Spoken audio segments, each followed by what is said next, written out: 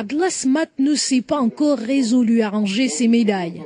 Il les arbore fièrement pour se rappeler à quel point cette distinction l'a touché. Lui, qui il y a 46 ans quittait son petit village natal de Taloudent pour travailler dans les mines du Nord-Pas-de-Calais.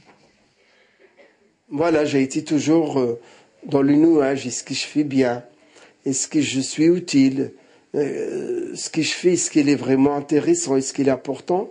Mais je crois que oui, la France, elle l'a reconnu. Une reconnaissance qui est venue après une longue souffrance.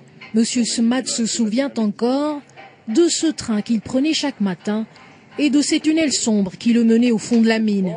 À l'époque, les conditions de travail étaient difficiles et les Maghrébins étaient traités avec beaucoup d'inégalités. Ici, on appelle indirection.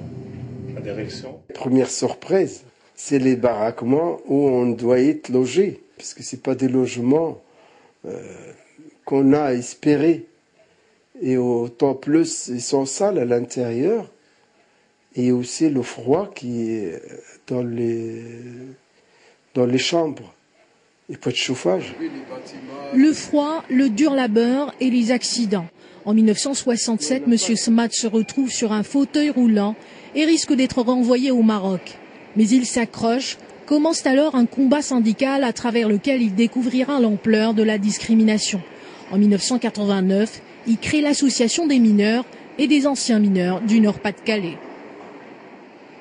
Ils nous ont fait subir des inégalités, pas seulement dans le traitement des logements, etc., mais y compris dans les droits comme celui de rachat des avantages en nature.